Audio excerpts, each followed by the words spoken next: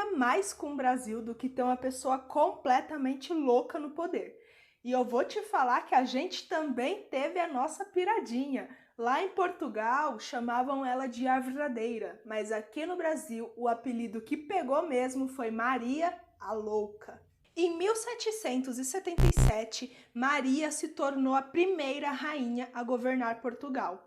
Mãe de Dom João VI, que era pai de Dom Pedro I, ela era extremamente religiosa, vivia cercada de padres, rezando o tempo todo, mas ela tinha alguns gatilhos, alguns transtornos psicológicos que acabaram impossibilitando ela de governar. Tanto que, quando a família real fugiu de Portugal e veio para o Brasil, ela já não mandava mais em nada, nem nela mesma. Desde muito nova, Maria tinha mania de rezar o tempo inteiro. Ela era completamente apaixonada pela religião católica. Ela ficou tão transtornada quando os jesuítas foram expulsos de Portugal e do Vaticano que ela passou dias andando pelas ruas de Lisboa, olhando para o céu e gritando, culpando o pai por tudo de ruim que estava acontecendo na vida dela, dizendo que a culpa era dele por não ter acolhido os jesuítas no momento em que eles mais precisaram. Mas tirando essas coisas da religião e das loucuras dela, a Maria até que governou muito bem. Ela reinou muito bem, ela fez um ótimo reinado e ela era uma rainha amada por seu povo. O problema é que ela vivia cercada de padres que ficavam o tempo todo colocando titica na cabeça dela e isso não ia dar certo mesmo. Mas o fato é que nem sempre ela foi assim desse jeito. Várias coisas aconteceram ao longo da vida da Maria para deixarem ela transtornada. E uma dessas coisas foi que, logo no início da dinastia Bragança, um frade franciscano foi até Dom Pedro II deles, não nosso, deles lá de Portugal, para pedir esmola e foi escorraçado do palácio. E ali ele rogou uma praga na família Bragança. Ele disse que nunca mais nenhum primogênito iria assumir o poder. E você pode acreditar, você pode não acreditar, mas o fato é que isso realmente aconteceu. A partir daquele momento, toda vez que algum primogênito Bragança iria assumir o trono, ele morria. Em 1788, morre o Dom José, o primogênito de Maria. O irmão dela também já havia morrido, era o primogênito e por isso ela assumiu o trono. O marido dela também morreu e no ano seguinte estoura a Revolução Francesa. E adivinha quem é que tinha parentes que estavam sendo mortos lá na França também? Pois é, Maria sofreu muitas perdas ao mesmo tempo e isso acaba enlouquecendo ela. E para ajudar a pobre coitada da Maria, os padres que viviam cercando ela ficavam falando o tempo inteiro que o pai dela estava no inferno, que estavam vendo o pai dela sendo punido pelo diabo porque ele não protegeu os jesuítas, porque ele não impediu a expulsão dos jesuítas. E aí acontece um roubo, um enorme roubo na igreja de Lisboa, a principal igreja de Portugal. E por incrível que pareça, a Maria se preocupou muito mais com as hóstias que os bandidos deixaram espalhadas pelo chão de qualquer jeito do que com o ouro que foi roubado de fato. E ela decretou 9 dias de luto nacional por causa das hóstias sagradas. E durante 9 dias, Maria andou por Lisboa com uma vela na mão, pedindo perdão a Deus por não ter conseguido proteger o corpo sagrado de Cristo, as hóstias sagradas. Então,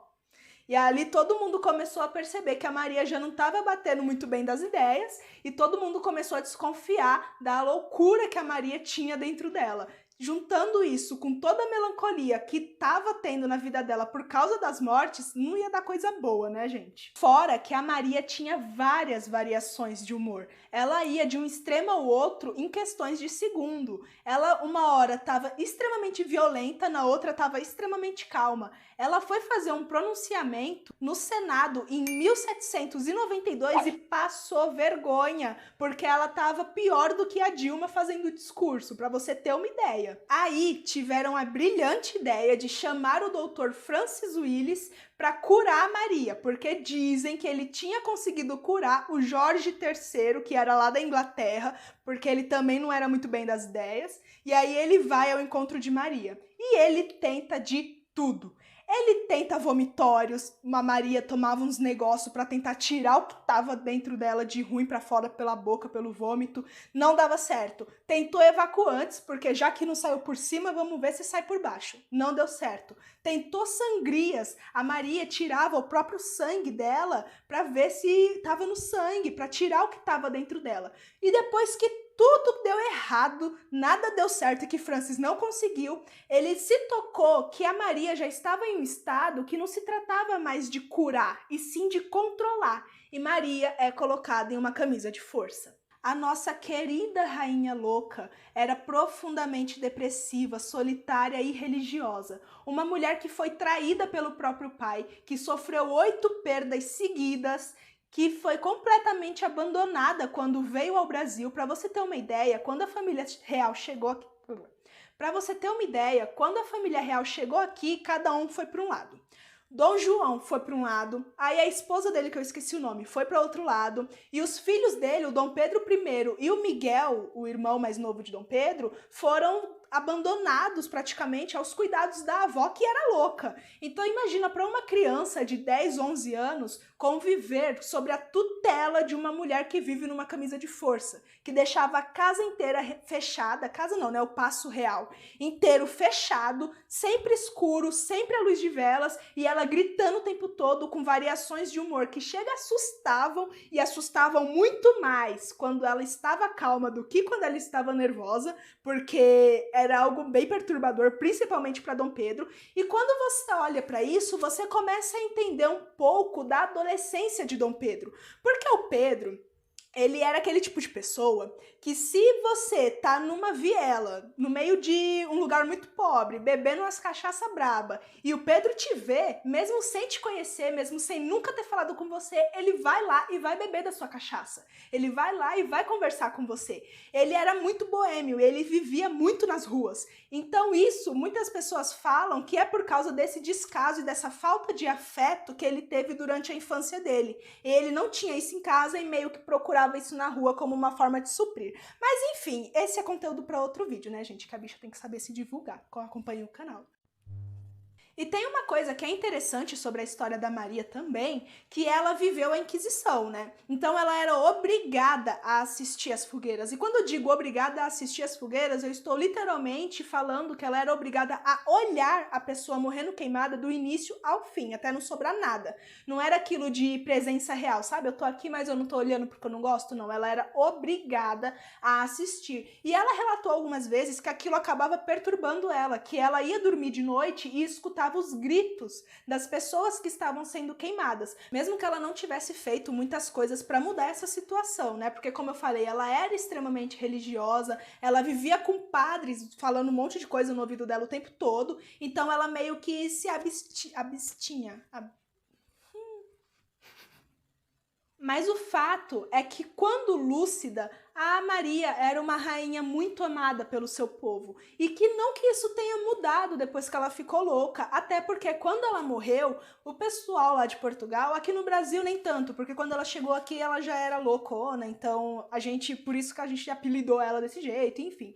Mas o pessoal de Portugal que conheceu Maria Lúcida, não só Maria Louca, gostava muito dela, e quando ela morreu, eles fizeram até uma pequena rebelião, falando que ela tinha sido envenenada, ou que ela tinha sido enfeitiçada, e por isso ela tinha passado por tudo aquilo que ela passou, e que era papel da corte investigar e punir quem tinha feito isso. Ninguém aceitou muito bem a morte dela, porque ela era uma rainha realmente muito querida pelo seu povo. Aí teve um cara chamado Píneu, não é Pneu, é Píneu. Ele estava começando a estudar um pouco mais a fundo sobre esses distúrbios muito parecidos com o que a Maria tinha, e ele relatou nos seus estudos que quase 40% das mulheres que eram internadas nos hospícios da França, eu vou repetir, 40% das mulheres que eram internadas nos hospícios da França por essa melancolia religiosa tinham sido motivadas pela igreja.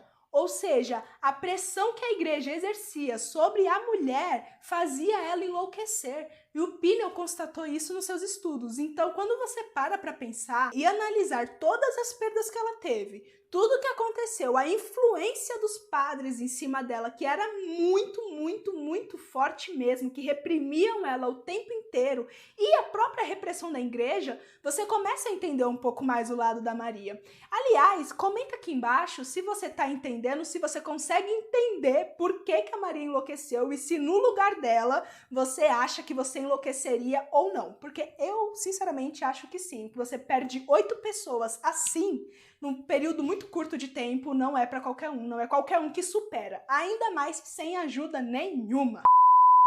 Então é isso, pessoal. Eu espero que vocês tenham gostado desse vídeo e tenham conseguido entender melhor sobre o caso da Maria Louca, nossa rainha querida Maria Louca, que infelizmente quando chegou aqui já não respondia mais por si mesma.